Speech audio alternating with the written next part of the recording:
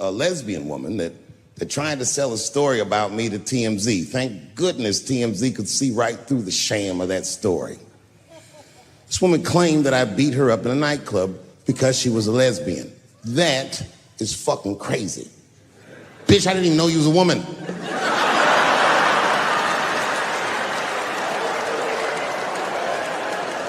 Thank God TMZ didn't believe that. Because I did beat the shit out of her, I'm not gonna lie. It was her fault, I had no choice. I came in the club minding my own business, and a woman came up to me, she goes, "Oh my God, Dave Chappelle." And I was just being reciprocally nice. "Hey, miss, how are you?" Blah, blah, blah. But not talk, nothing to it. And all of a sudden, this lesbian fellow stepped between us. "Hey, nigga, that's my girl." I said, yo, my man, back up, like that. She said, "I ain't backing up off shit, nigga, that's my girl." I said, "Bro, you're gonna have to give me 3 feet like this." She said, "Stop calling me a man, motherfucker. I'm a woman." I said, "What?"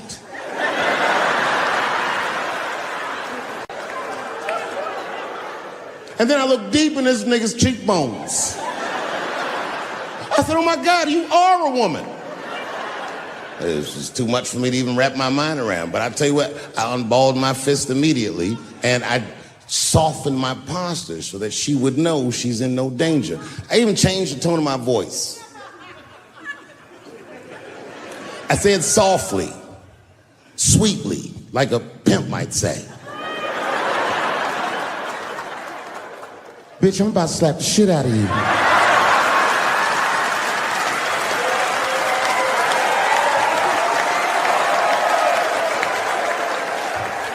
I should have done it. Oh, I wish I didn't say that. She dropped that foot back. Boop. She was in a perfect southpaw stance. Her shoulders were angled correctly. Her head movement was good. I said, "Oh no! This bitch boxes for real." She threw a wild hook at me, and I saw it coming from yesterday, so I slipped it like this. I had no choice. I had to go to work. I let that jab go. You should have seen me go, nigga. I tenderized them titties like chicken cutlets.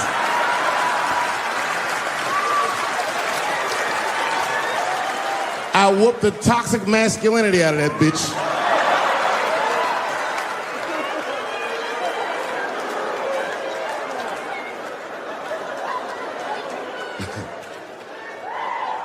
That's why I don't go out no more. Just trying to chill. I'm just trying to live a peaceful life. That's why I live in Ohio. You know, I live in a little town in Ohio. It must be like 3,700 people. Small hippie town. Culturally, it might feel like Ann Arbor to you. You know what I mean? Just a bunch of hippies and shit like that. And niggas always ask me, like, "Dave, why you live in that hippie town?" And I'd be embarrassed to tell them the truth. But you know why I live there? Because Yellow Springs, Ohio, has the most beautiful women in the world. And a lot of people might disagree with me, but you gotta see them for yourself. They're gorgeous. But it all depends on what you're into, you know what I mean? I like white bitches with dirty feet.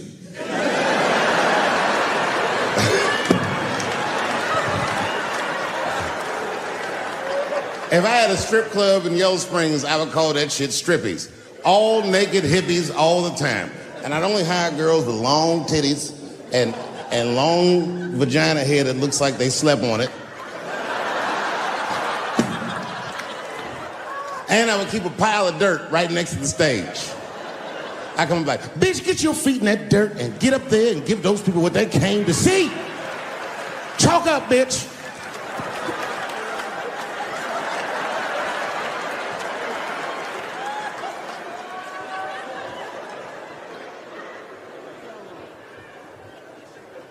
A couple years ago, I was in Ohio at a shopping mall. An old white lady, this is true, she was following me around the mall, which sounds paranoid, but I'm sure she was following me. Mean lady, too. You ever see a woman with lines on her face that just tell you, like, even if she smiled, it looked like it would hurt the muscles in her face? I knew she was following me because she was at places that had nothing to do with her. I'd be looking around like, what is this old bitch doing in GameStop and Foot Locker and all the places I like to go? Every time I see her, she'd just be looking at me all mean. And eventually I forgot about her. So then after I'm shopping, I go all the way to the back of the parking lot. I'm parked all the way in the back. And as soon as I open my car door, I hear a voice go, David Chappelle. Just like that. I didn't even have to look. I knew it was her. And I looked back, and sure enough, there she was, that face. To be honest with you, she probably wasn't even that old. She's probably around my age. But she was a white woman. This bitch looked terrible.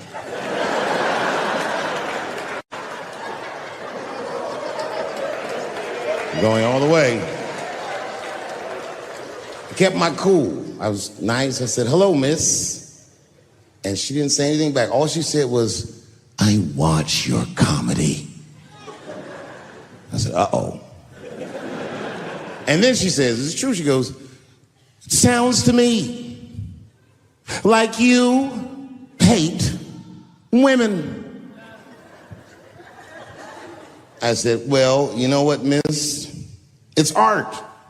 And you're free to interpret this art however you'd like. But I can tell you, as the maker of this art, that I don't believe that I feel that way. And she said, well, I think, and I said, shut up, bitch. Shut the fuck up. Before I kill you and put you in the trunk. Ain't nobody around here.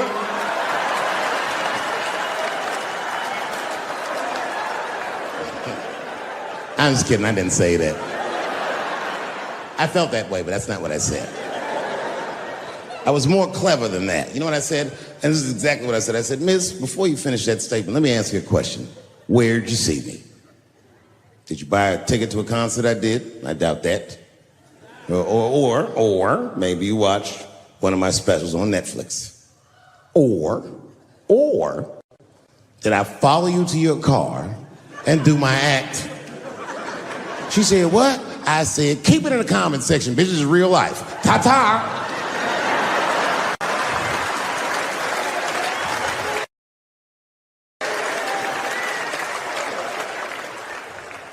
And then I drove off. Now, I got to tell you, and this is going to surprise some people here, but not everybody. People say things to me all the time, but what you don't know is it does affect me. I think about it. And that one bothered me a lot. I was driving home, couldn't stop thinking about what this woman said because she's not the first woman that said that to me. It's puzzling. You know what I mean? Like, what could I possibly be saying that would make these bitches think I hate women?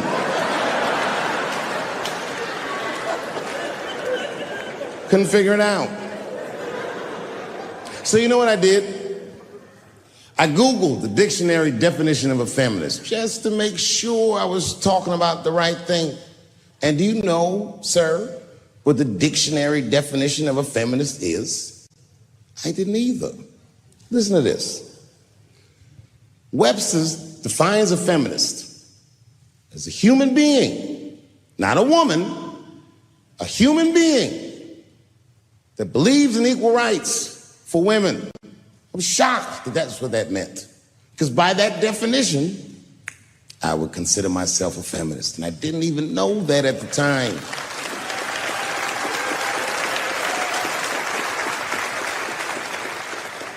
All these years, I thought it meant frumpy dyke.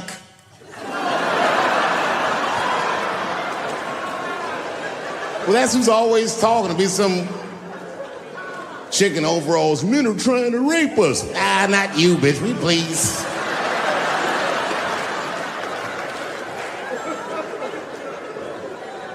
I know, I've been gone for a very long time. And unbeknownst to you, it was a difficult 10 years. I'm not going to take you through all the agony I've been through, but it was tough. Some of it you might have seen. I don't know if you ever saw on TMZ the big headline, Dave Chappelle drunk on stage in Detroit. Well, if you saw it, I wasn't drunk. I had smoked some reefer with some rappers. Yeah. I don't know if you know anything about hanging out with rappers, but their weed is very strong. Stronger than what I was accustomed to. The article goes on to say I was booed off stage, which is also incorrect. I was booed.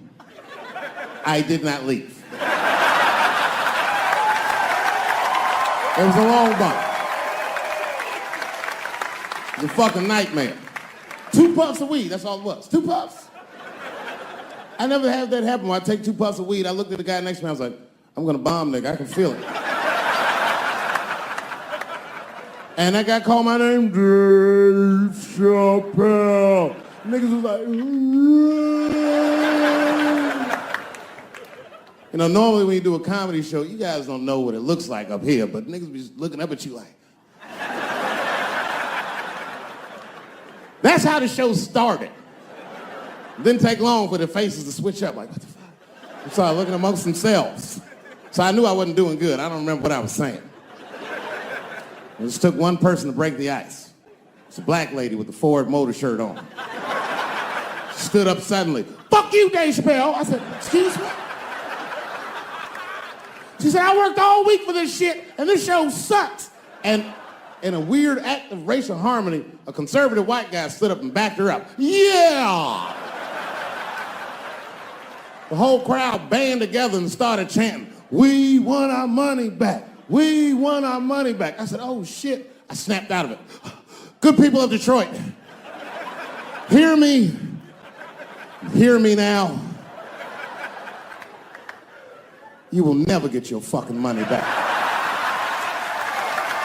Fuck that.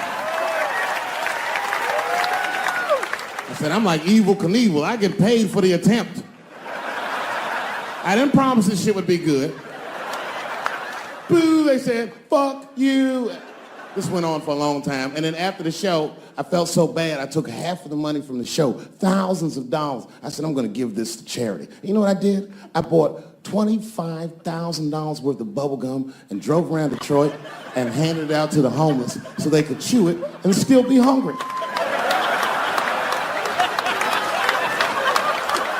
I was very mad at Detroit that night. Because not only did I bomb, nigga, I had to go back to the very same room the next night and do it all over again. Fucking nightmare. That would be like if you were having sex with a woman and for some reason, this would never happen, but for some reason, she had a mouse trap in her pussy. You get caught in the trap. And then you gotta fuck her again tomorrow night. I'd still do it, but you know, I'd be careful the next time. The old mouse trap in the pussy trick, eh? Fool me once. But we've already been through it, like Michael Jackson. Remember when they said all that shit about Michael Jackson? They never proved anything till his dying day, but they said that he did some very heinous things. And one time I watched a documentary about it. They were talking about all the shit Michael Jackson allegedly did. And as they were saying all these allegations, they started showing pictures of his home, Neverland Ranch. You ever seen Michael Jackson's house on television? Well, the short of it is, there's a lot of things for kids to do with that place.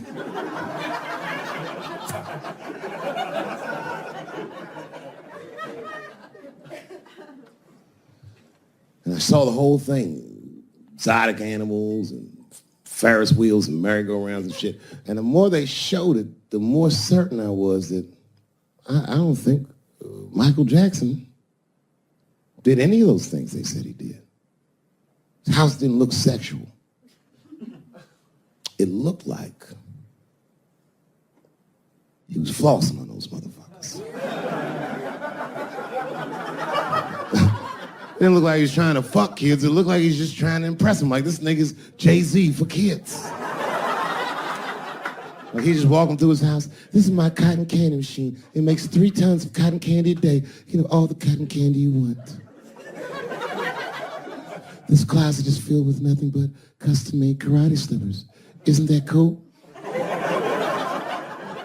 Shall I have my monkey bring us more cupcakes? Hey guys, just watch a movie. What movie do you want to see? Home Alone. Oh, no, don't touch the DVD player. Macaulay Culkin's here, he can act it out. Come on, Macaulay. Act out Home Alone for my guests. And them kids was like, man, you are all right, mister. This is fantastic, man. We had you all wrong. All wrong? What? I don't understand. What do you mean? Huh? Oh, well, you know, man, we thought it was going to be the usual. Like, you're going to have us come over and give us some wine cooler and, you know, suck our dicks. What? Suck your dick? You faggot-ass kids. Why trying to suck your dick, nigga? I was trying to show you a better life. Bubbles, get these kids the fuck out of my house. You're just like everyone else. Hollywood is no place for moral absolutism. You know what I mean? We must never forget that R. Kelly peed on a 15-year-old girl. And he also wrote, I Believe I Can Fly. Same guy, same lifetime. If I showed you that video of him peeing on that girl and scored it to I Believe I Can Fly, he'd be torn. I used to think that I could not go on. You would know how to feel. If I can see it.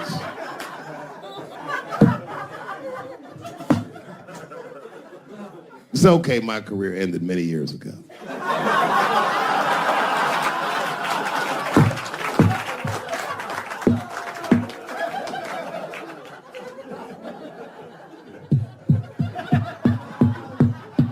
She's just like, you need to stop doing that. And then I tried to change the subject. I go, how is school going, boys? And my sons tell me, well, we didn't have school today, technically. I'm like, well, what's going on? He said, well, there was like a school shooting drill. I never heard of this. You know what this is? They have drills that they make kids do where they practice what to do if somebody comes to shoot up their school. I'd never heard that before. I was like, what the fuck? Then I had to tell my sons the truth. I didn't want to tell them this shit. Son, listen to me. Fuck that drill. If somebody comes to your school and wants to shoot it up, I'm just gonna be honest with you. You probably gonna get shot, nigga. I'm just being real. You got a famous dad. I talk a lot of shit. They're gonna be gunning for you, little buddy.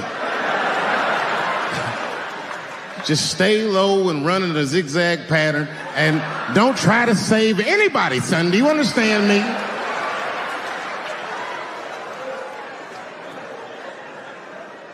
If you're a parent, this shit is terrifying. This shit is real scary. All the parents is looking at each other crazy because we know as parents that one of us is raising the shooter. Just don't know which one of us it is.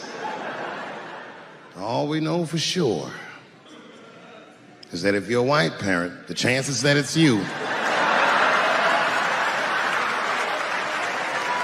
exponentially higher than the rest of us.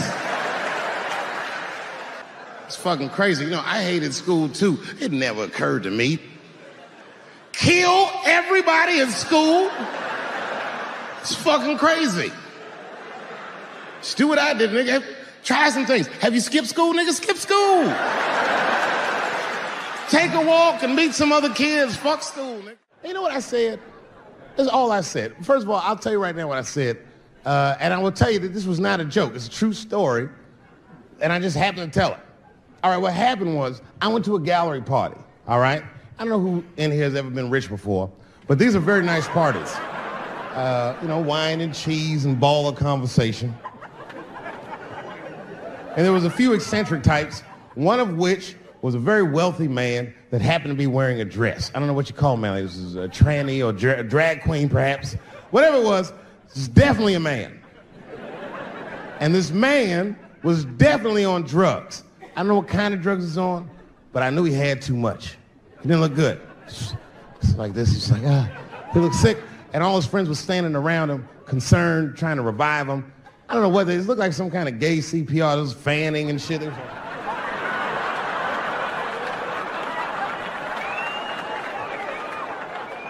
I saw all this from a distance. Now, I should have minded my own business, but I got curious. I was like, oh. And I went over there. All I said, excuse me, gentlemen, Is he okay? And then they looked at me like I was evil.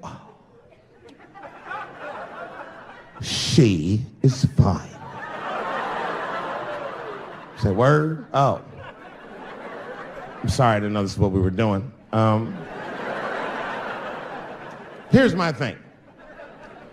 I would support anybody's right to be whoever they feel like they are inside.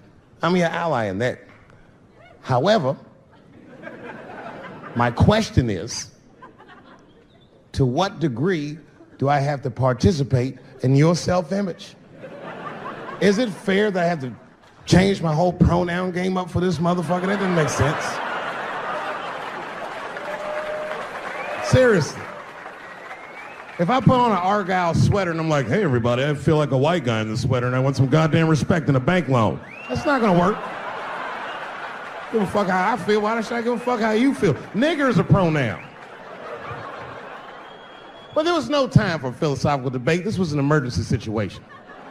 I said, fine. Sorry, guys. I was just worried because she looks terrible.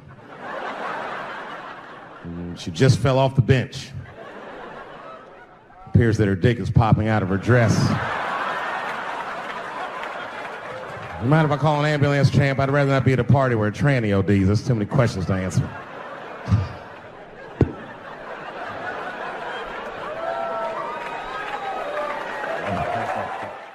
I said, I'm in the wrong business. I should be the president. Shit, I'm in the wrong business. See, the only reason I don't want to be president is because I'm black. That would make it too hot for me. I mean, you know what I mean? I think it could be a black president one day, but you don't want to be the first one. I mean, second or third, that's fine, but that first nigga better watch out. I'm going to tell you that right now. It'd be too hot. I mean, I'd be the first black president. I don't think that nobody would really, really hurt me. I'm sure somebody would want to hurt me, but I don't think they'd touch me because my vice president will be Mexican for a little insurance. You know what I'm saying? I mean, you can shoot me if you want, but you're just going to open the border up, so you might as well leave me and Vice President Santiago to our own devices. Ain't that right, Santiago? See? See? Elian can stay. Don't worry, I don't got no Elian jokes. All I'll say about Elian is thank God he's Cuban. Because if he was Haitian, you'd have never heard about his ass.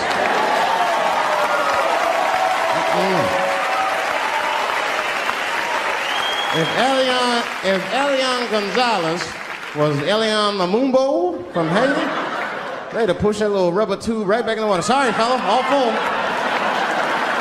Good luck.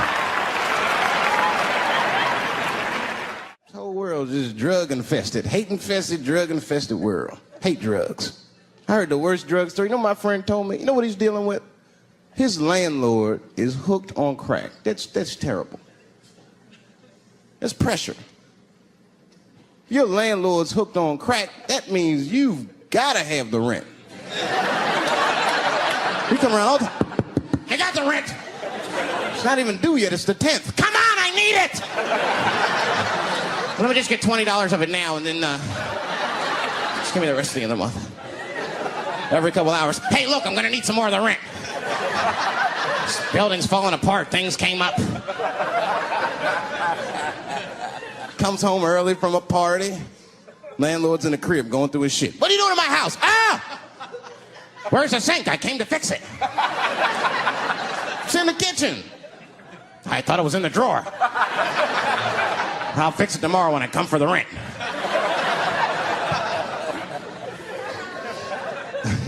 You know what I hate about drugs? I hate when like people my age and older get hooked on crack. I hate that shit. You're too old to be experimenting with the drugs at a certain point. You should be past that. You ain't doing it by a certain point. You just miss it. Drugs are really for old people anyway. You 75, you've earned the right. Shit, if I was 75, I'd do coke, heroin, everything. I wouldn't give a fuck. I'd be walking down the street, they'd be like, boy, that old man is tripping.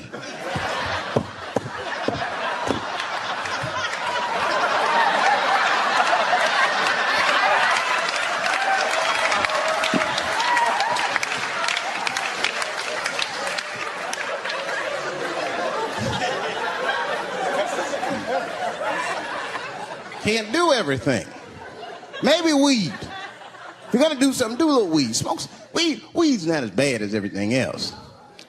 Weed is a background substance. You know what I mean? You can smoke some herb and still function. You ain't crisp, but you'll function. Nothing higher than weed, though. I made that mistake one time. I was at a party, some guy gave me some shit. He's like, here, man, take this. It's fucking mushrooms. I took it, I forgot all about it, you know. Then a couple days later, I found that shit in my pocket. I'm thinking, why not? Because I'm thinking it's like weed, some background shit. I planned my whole day out like it was weed. I'll chew this shit up, then I'll go to the barber shop, get my hair cut, and then I'll see a movie.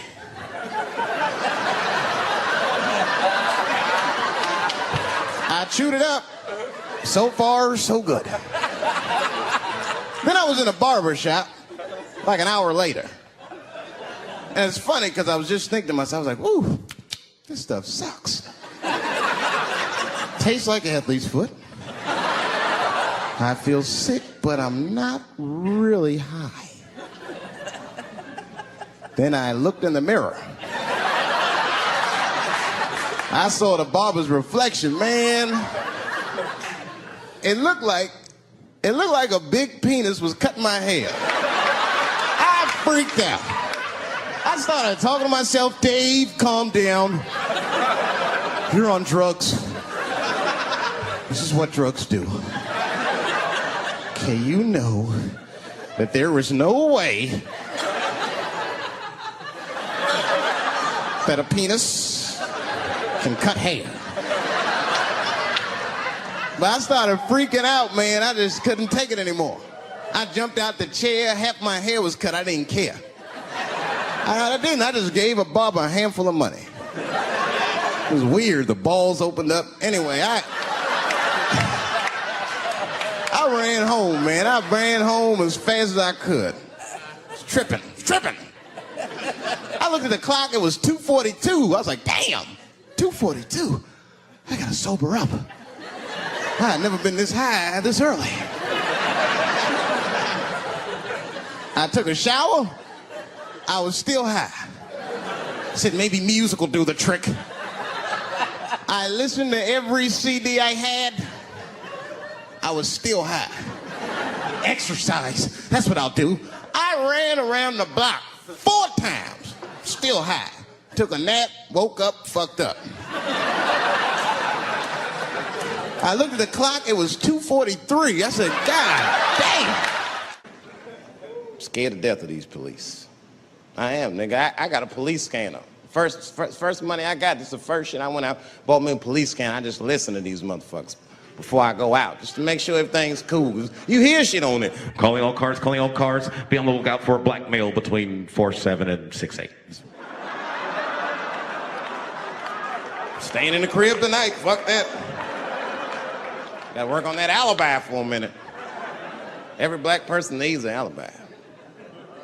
I do them impromptu joints. If I'm by myself and need an alibi, I'll just open up the windows in the apartment, turn all the lights on, start beating off right in the window. Look at me. Hey, everybody, look, it's me, Dave Chappelle. I'm crazy, I'm jerking off.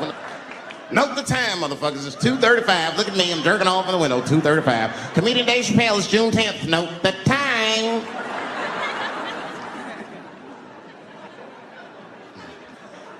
That shit could save my life. Officer David Chappelle couldn't have done that. I saw him in his window masturbating from 2:35 to 2:37. I'm certain of it. He was standing on a clock and holding a calendar and today's paper. Fuck, I need an alibi. I can't be no celebrity. This shit is just the worst. I'm seeing it. I see why stars are crazy, man. These motherfuckers. I went to Disney World with my kids, which is a big deal for me. I don't get to see my kids so much. I do Chappelle show 20 hours a day, sleep for like half an hour, raise my kids for 10, 20 minutes, and I go back to work. Now, this particular day, I got to hook up with the kids. We went to Disney World. Everybody at the park, fucking everybody. Hey, Rick James, bitch. Hey, I'm Rick James, bitch. It's like, hey, man, hey, you mind not calling me a bitch in front of my kids? Time out, motherfucker. We take a day off. Even Mickey Mouse did it. I said, this is the most unprofessional shit I have ever seen in my life. Rick James, bitch. Oh, I was fed up. I caught that motherfucker with an uppercut. Bop! Knocked his head clean off. Everybody was screaming. Oh my God, oh my God. Mickey Mouse is Mexican. I want your community to know that one of the coolest people I ever met was a transgender woman. And this is not a man that I knew that became a woman. This woman was trans when I met her. Lived in San Francisco. Daphne Dworman is her name. I would do 18 shows in the Bay Area, sometimes in Oakland and Dirty Hood nightclub, and she would be there, a white trans woman, laughing loud and hard at everything I said, especially the trans jokes. It's very puzzling, because she was obviously trans. And one night after one of the shows, I met her. And what it was, turns out, it was her dream to be a comedian. And I was her hero. It's very moving. I could not dislike somebody that felt that way about me. We became fast friends. And when I made that special Sticks and Stones, right as it was coming out, I happened to be in San Francisco and I wanted to do a show, but I needed an opening act. And I remembered that trans woman I had met. So I called her on the phone. And I called her myself. I said, hey, Daphne, this is Dave Chappelle. She couldn't believe it. And I go, I'm in San Francisco. And then she started saying a bunch of wild stuff. I was like, relax now. I don't want any pussy. I was, I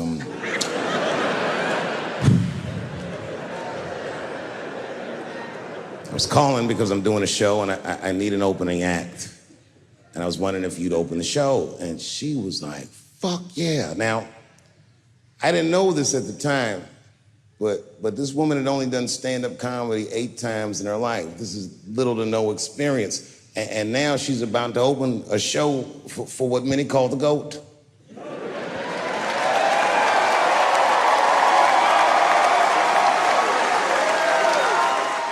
She's an amateur in stature, but in practice, she was very professional. She showed up early, which is something I appreciate, because I like people to be on time. She was dressed to the motherfucking nines. I mean, I'm transphobic, and even I was like, you look nice.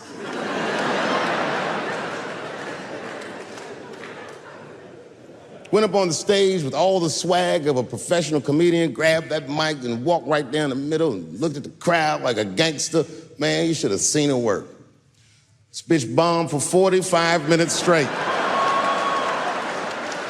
And I am not exaggerating, young man. That show was terrible. Stunk. Stunk. And then she brings me on and, you know, I was like a glass of water after a handful of salt. The crowd was happy to see me. I was killing it. But here's what impressed me. Any other comedian I've ever seen, if they had bombed as bad as she did, would have snuck out of the back of the theater and went home and cried or something. And she didn't do that. Not only did she not leave, she found a seat right up in front. You know, when a new comedian watches an experienced comedian in comedy, we call this taking class. And this bitch took my whole class. She sat up there and was laughing as hard as she always laughs, as if nothing bad had even happened to her. And I saw her show. Something bad happened to her.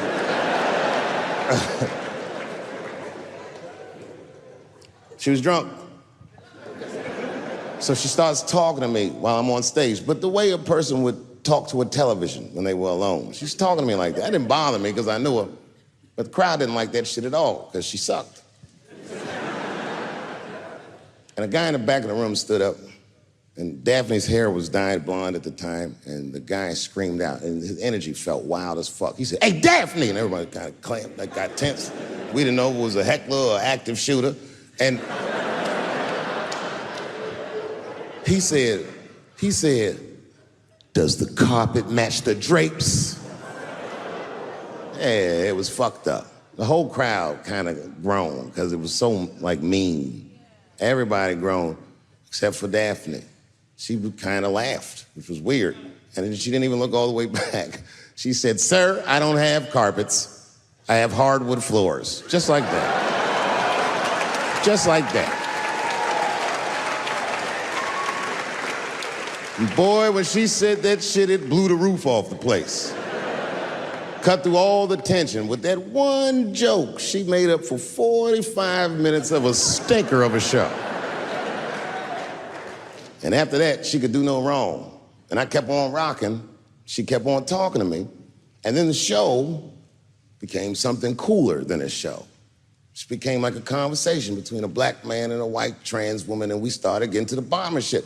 All them questions that you think about that you'd be afraid to ask, I was just asking them, and she was answering them, and her answers were funny as shit. The crowd was falling out of their chairs.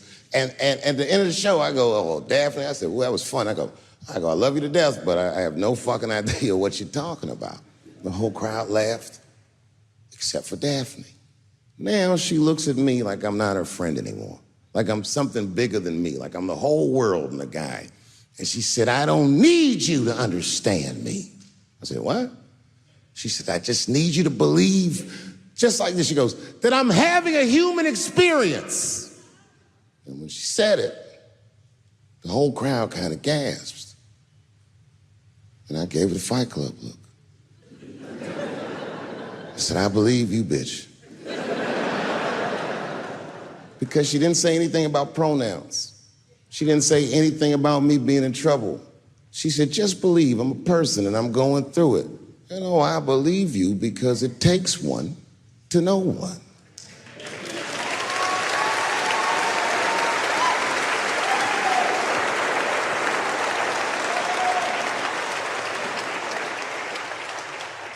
Then I told the crowd good night, and they start going crazy. And before the applause gets to its crescendo, I say, "And don't forget my opening act, Daphne." And the crowd stood up, and I looked at her, and tears came out of her eyes. She couldn't believe it was happening. I couldn't believe it was happening because her show stunk. And it was a great night. I remember the late, great Paul Mooney was there, a bunch of fly-ass comedy niggas was there. And we all went backstage and was just drinking and talking shit and laughing, and Daphne stole the room. She had everyone cracking up, spinning the yarn, telling us all these crazy stories about shit she be into. We all laughing real hard, and as she's telling us and everyone's laughing, I'm looking around, I'm like, "Oh my God, she is funny." I pulled her aside and I said, "You're hilarious." I didn't know that when you were on stage. I said, "You're doing some things wrong, but I can help you." I said, "Anytime I'm in San Francisco, why don't you open the show for me, and I'll just try to give you some pointers, see if you can't work this thing out." And she said, "Are you serious?" I was like, "Yeah." And she grabbed me real tight, hugged me, squeezed me, and I pushed her off violently because I'm transphobic. I said, "Boundaries, bitch."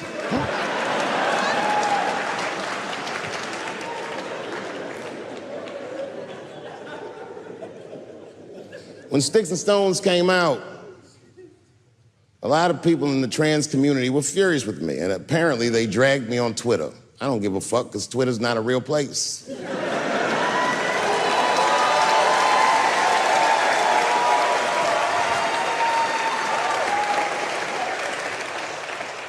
And the hardest thing for a person to do is go against their tribe if they disagree with their tribe. But Daphne did that for me. She wrote a tweet that was very beautiful, and what she said was, it was almost exactly what she said. She said, "Punching down on someone requires you to think less of them. And I know him, and he doesn't.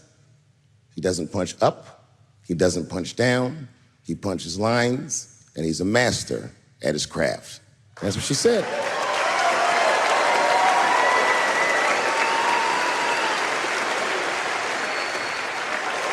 Beautiful tweet, beautiful friend. It took a lot of heart to defend me like that.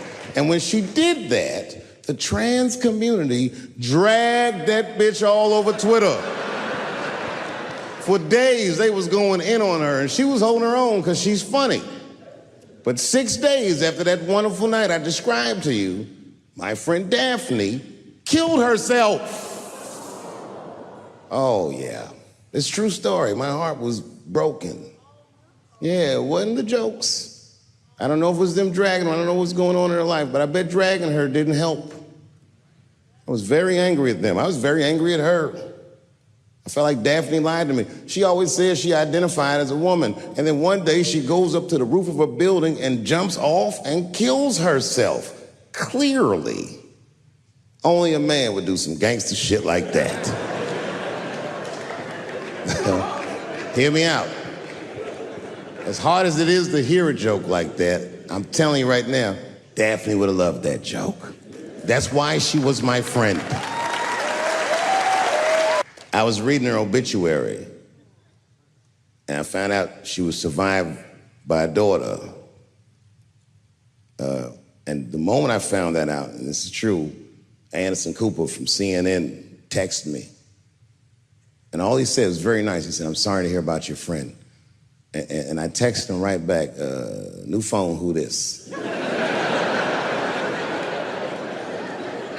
He said, "It's Anderson Cooper." I said, "Oh," I said, "Anderson." I go, "Look, I need to find her family." And he texted me right back with all the phone numbers and all this information. I say this to say, if you ever want to know about anything gay, call Anderson Cooper from CNN. This nigga is faster than Google.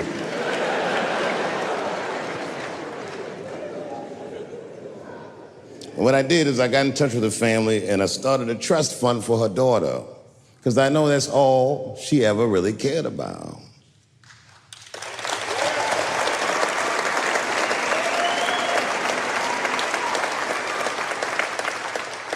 And I don't know what the trans community did for her, but I don't care, because I feel like she wasn't their tribe.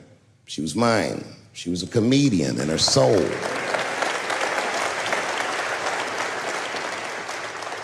Her daughter is very young, but I hope to be alive when she turns 21, because I'm going to give her this money myself. And by then, I'll be ready to have the conversation that I'm not ready to have today.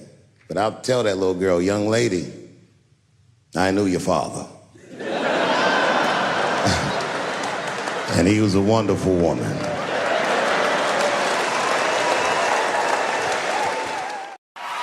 Oh, I'm goddamn sick of it. This is the worst time ever to be a celebrity. You're gonna be finished. Everyone's doomed. Michael Jackson has been dead for 10 years, and this nigga has 2 new cases.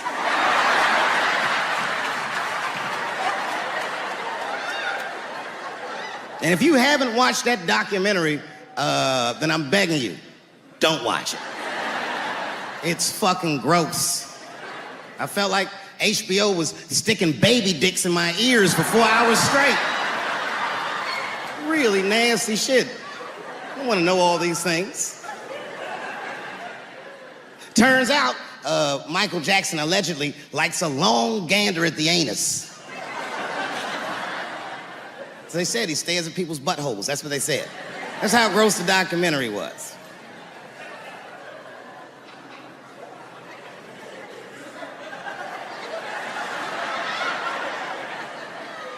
I'm gonna say something that I'm not allowed to say. But I gotta be real. I don't believe these motherfuckers. I do not believe it. But let me qualify the statement. I am what's known on the streets as a victim blamer. You know what I mean? Somebody come up to me like, Dave, Chris Brown just beat up Rihanna. I'll be like, well, what did she do?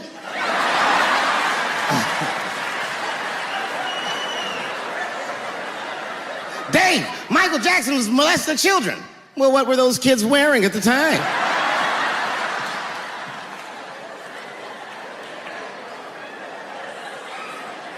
I don't think he did it. But you know what? Even if he did do it, you know what I mean? You know what I mean? I mean, it's Michael Jackson. I know more than half the people in this room have been molested in their lives. But it wasn't no goddamn Michael Jackson, was it? This kid got his dick sucked by the king of pop. All we get is awkward Thanksgivings for the rest of our lives.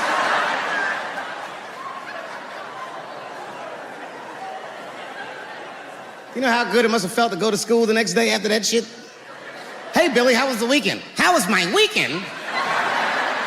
Michael Jackson sucks my dick. And that was my first sexual experience. If I'm starting here, then sky's the limit.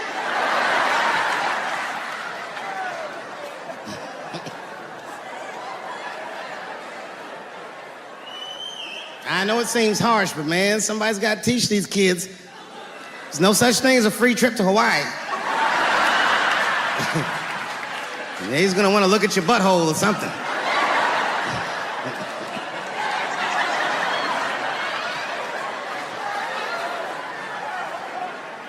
You know why I don't believe it?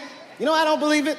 Because if Michael Jackson's out here doing all this molesting, then why not Macaulay Culkin? Macaulay Culkin said in an interview that Michael Jackson never did anything inappropriate with him or even around him. Think about that shit. You know, I'm not a pedophile. But if I was, Macaulay Culkin's the first kid I'm fucking, I'll tell you that right now.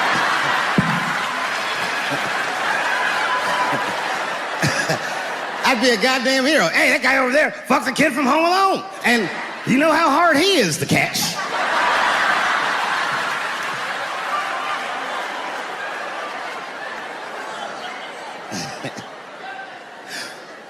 My mind's telling me no.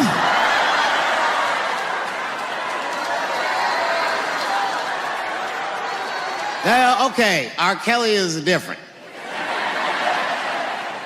I mean, you know, if I'm a betting man, I'm gonna put my money on he probably did that shit. I'm pretty sure he did that shit. You know, it was bad, okay? So a couple years ago, I was doing a show in Detroit, and I'm sitting backstage in my dressing room. A friend of mine comes by, this chick, Dream Hampton. Dream tells me, right before I'm going on stage, she goes, Dave, I'm working on a documentary about R. Kelly. Would you like to be in it? And I was like, nah, bitch, I'm cool.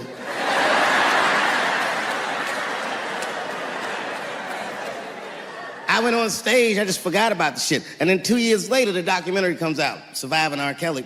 And when it comes out, Dream's promoting the shit, and she keeps bringing me up. She said, I asked Dave Chappelle to be in my documentary, and he said it was too hot for TV. Bitch, I did not say that.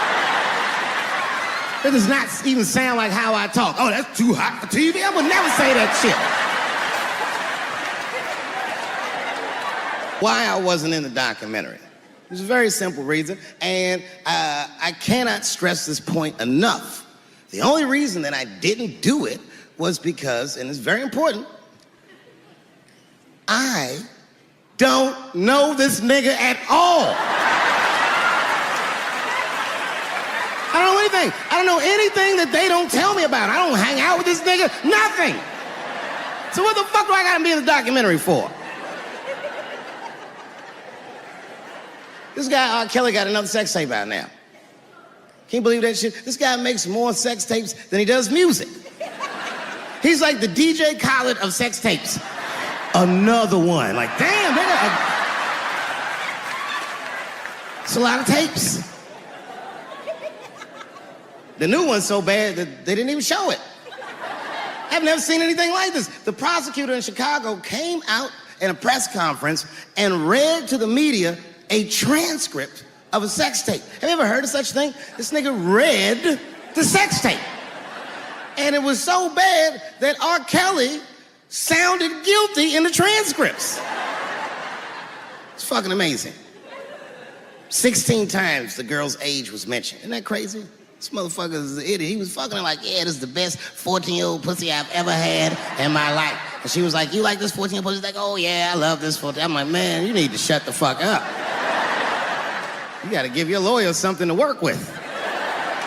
You're supposed to be on the tape like, this is the best 36-year-old pussy I've ever had in my life. And then your lawyer gonna be like, Your Honor, clearly my client thought that this woman was 36, as he mentioned some 16 times in the tape. They gonna know you lying though, you know what I mean? Everybody knows no such thing as good 36-year-old pussy.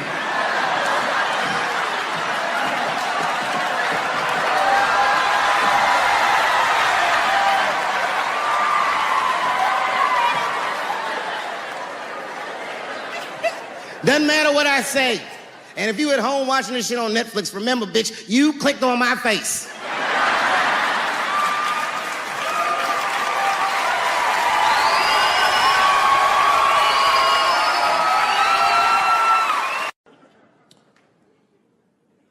The second time I met O.J. Simpson.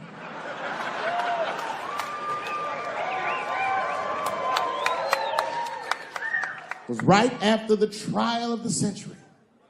There I was, now a young man of probably 23. O.J. Simpson was the most famous or infamous face on planet Earth. I was in a restaurant in Beverly Hills with my agents. I wasn't alone in the restaurant, but I was alone. I was the only black person in the restaurant. And in the 90s, that felt very uncomfortable. Now I tend to enjoy it at this age.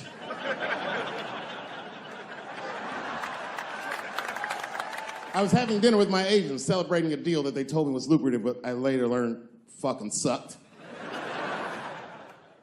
And suddenly, a group of women walked by. Every race was in that group.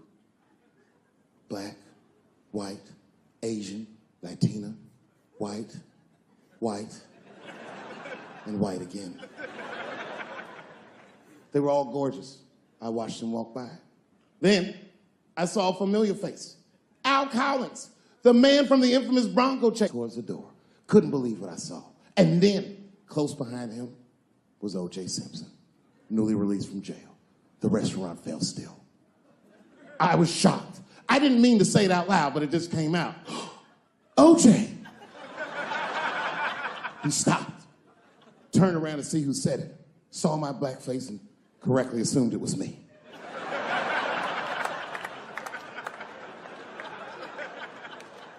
I was sitting in the corner of the booth. He leaned over all the white people I was having dinner with and shook my hand. "How are you, young man?" He looked in my eyes, and I could see in his eyes that he didn't remember meeting me the first time. And then he walked away. And I looked back at my agents, and all of them had nothing short of disgust on their faces. And the only one with the courage to voice their disgust was a woman named Sharon, who used to represent me. "How could you," she said. "How could you shake hands with that murderer?" I said, "Sharon, with all due respect, that murderer ran for over 11,000 yards.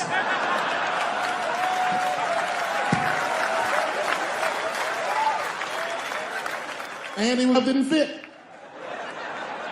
Glove didn't fit. Get over yourself." Some people can't do that. Some people just they can't get over themselves. Gay people have a hard time doing that recently. Here we go. Here comes the deep water. No, recently I've noticed that. I noticed it with that Manny Pacquiao controversy. Yeah, no, it was now in the gay community's defense, Manny Pacquiao said some outlandish shit about gay people. Very, very not nice things that I won't repeat, but there was biblical verses and some analogies to animals. Wasn't a good look. Nike took his shoes immediately, which I thought was a little harsh. A little harsh. You know what I mean? Because he's, just because he's Asian. You know what I mean? Fuck, you gonna take shoes off Asian dude to appease a gay dude. You know what I mean? No? You don't know what I mean. But Asian people kind of know what I mean. No? No Asians in the front? No? No, this is what I mean. Okay, look, okay, you're an Asian dude. No, I say this with no disrespect. But we're all Americans, right? And we can agree that America has a huge body count all over the world, but nowhere more than Asia.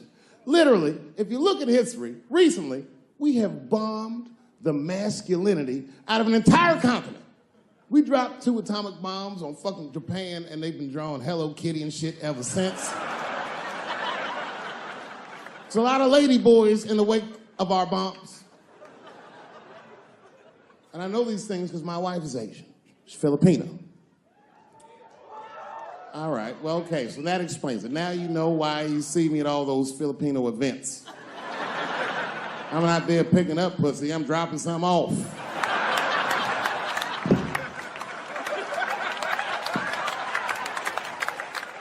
I take my wife to all that shit. I took my wife to see Pacquiao fight Mayweather. We sat ringside, okay?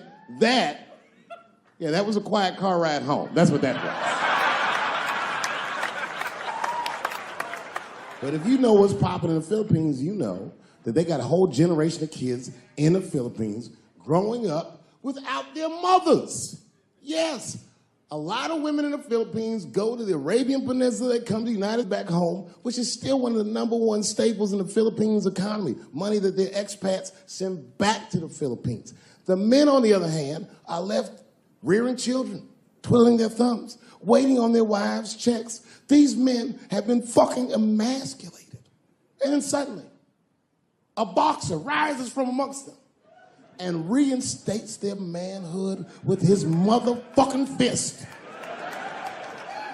This is not the guy you're supposed to ask, what do you think of homosexuals? He's not your champ. Shit. That's why I don't have a sneaker deal, because if you say something that people don't like, they'll take your fucking shoes off. Road ahead. They've got the longest mental gap to bridge. That's all I'm saying. Because, you know, whenever I see one of them T's on the street, I don't mind them, but I'll be like, man, I miss Bruce. I'm sorry, guys. I'm 42. I remember Bruce Jenner. Before the Kardashians, before all that, this motherfucker was a white American superhero. It was amazing. He was beating Africans at track and field. We'd never seen anything like it. He was on my cereal box growing up. You know how much of that cereal I ate, nigga? I didn't know he was gonna do that.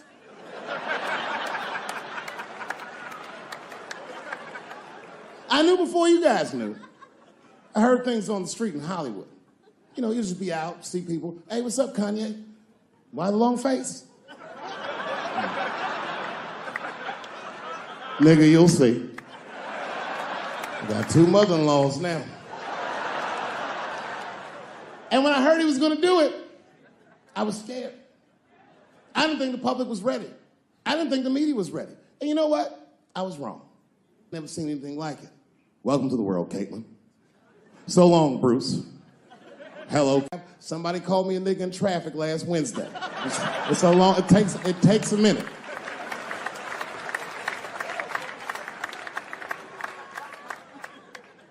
My wife's friend, Stuart, told me that. My wife has a lot of gay friends. Stuart's their leader. She has a lot of gay friends. And I don't like them.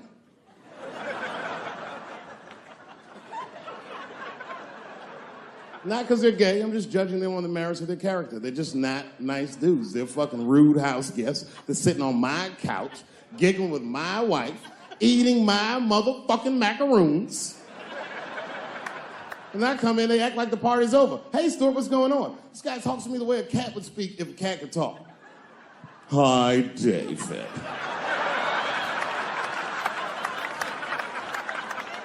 Stuart, what's all the beef, man? What's going on? He always wants to have some kind of gay political argument. The last one was about a petition in federal court to take the words husband and wife out of the law. I said, well, why would you want those words out the law? He said, because it discriminates against same-sex couples. I was like, niggas, please save me the semantics. Just trust me, take your chips and get the fuck out of the casino. You're about to decide, talk that over amongst yourselves, and whichever one of you is gayer, that's the wife.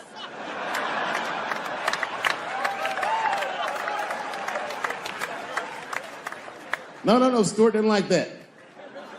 Stuart educates me about this movement, you know what I mean? I didn't even know shit about it. He told me it's called LBGTQ.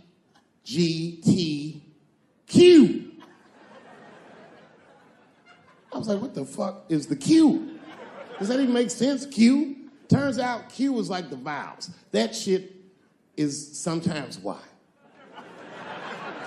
It's for gay dudes that don't really know they're gay. You know what I mean? Like prison fags who are like, well, I'm not gay, nigga. I'm just sucking these dicks to pass the time. I'm not G, I'm Q. Ugh.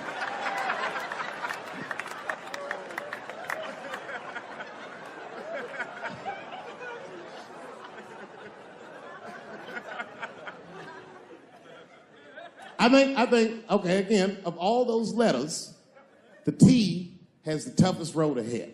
In fact, I think the T should stand for tough. If Martin Luther King had a sneaker deal, we'd still be on the back of the bus. They always true, the Nike exec come up, "Hi, Martin, we need you to tone down the talk of civil rights and blacks being humans. It's upsetting our southern distributors." But I don't understand. I thought that's why I had a sneaker deal in the first place. Not quite.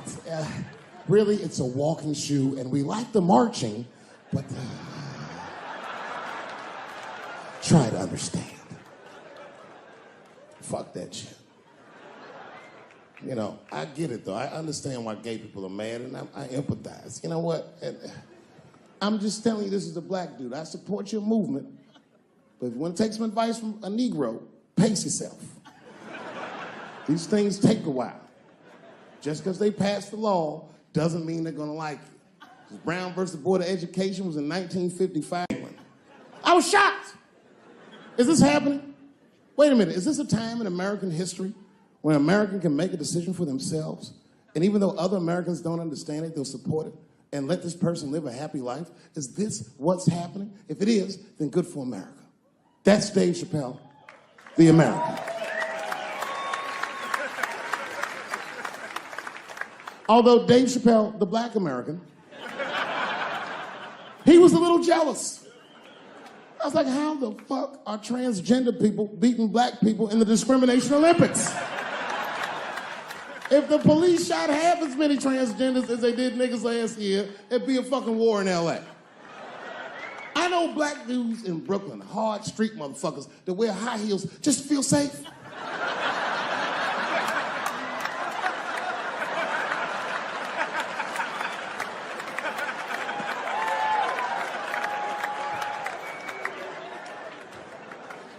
Transgenders are gangsters. I used to do business with a transgender in Hollywood. Man, everybody would be scared of her in the boardroom. She'd walk in there, newly minted woman, high heels, purse. Shit.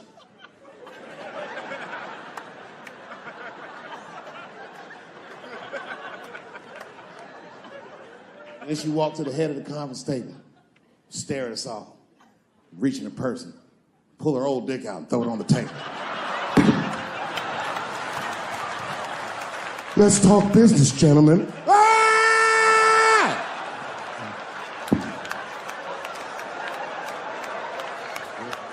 Shit is scary as fuck. If your best friend pitched that to you, you'd be horrified. Yo, nigga, let's go to the hospital and cut our dicks off and make pussies out of them shits. What? Can't we just get matching jackets or tattoos or something? Sure, that's what you want to do? There's only one way to find out, nigga. Wu-Tang, bow, bow. Let's go to the club and trick niggas into fucking us, yeah. I ain't doing trans jokes no more. You know what I'm gonna do tonight? Tonight, I'm doing your own handicap jokes. Well, they're not as organized as the gays. And I love punching down. There's probably a handicap in the back right now, because that's where they usually make them sit.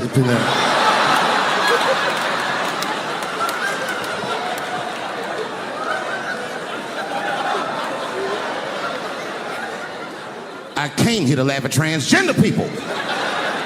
I didn't know this nigga was gonna make jokes about us. Come on, y'all, let's get the fuck up out of here.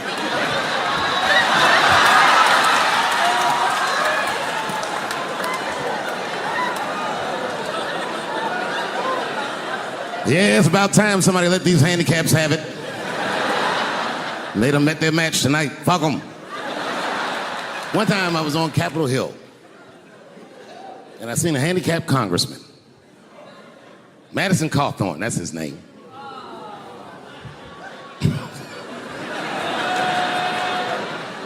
He's a Republican from North Carolina, and he was shocked, because I saw him, and I go, hello, Congressman. He didn't even know I knew who he was. He turned around. Then I just walked away. I wanted him to see me do something he couldn't do. I skipped. That nigga was mad.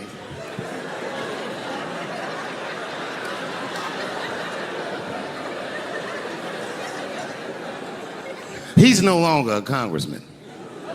I don't know if you follow politics. I'm not trying to be funny, but he lost his seat. He ran a bad race. Oh, buddy, yes, he did. And you know what he did wrong? He was running for Congress again, and this motherfucker tried to be controversial. He was on all them right-wing podcasts talking all that shit. He was like, Washington is worse than Hollywood. I was at home like, what? He said, these people are disgusting. They have orgies and sex parties and drug parties. And I was thinking, this nigga sounds like Juicy Smouye. He's lying. Now, I don't doubt that they do this kind of shit in Washington. But I doubt he's seen it with his own eyes. Because who the fuck invites a paraplegic to an orgy? So this nigga can roll around and snitch on everybody.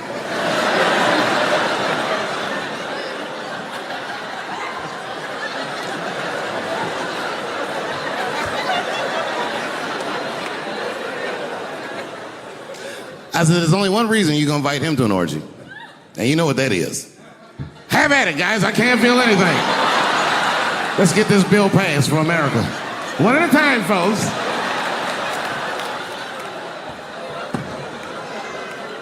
Oh, buddy. Yep. Yeah, the handicaps are the new people I punch down on. To be honest with you, I've been trying to repair my relationship with the transgender community because I don't want them to think that I don't like them. And you know how I've been repairing it? I wrote a play. I did, because I know that gays love plays.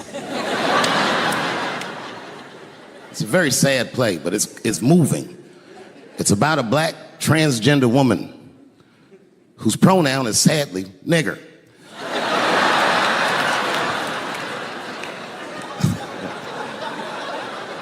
It's a tearjerker.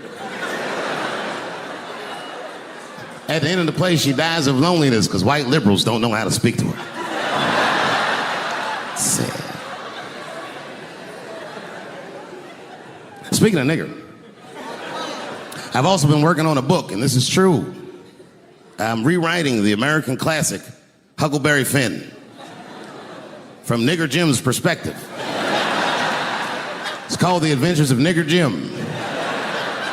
That's how the book starts. Huckleberry Finn walks up to him and goes, so you're Nigger Jim. And he's like, yo, I just said Jim. What's your name, little buddy? Huckleberry Finn's my name. What? Huckleberry? That's your real name? God-given.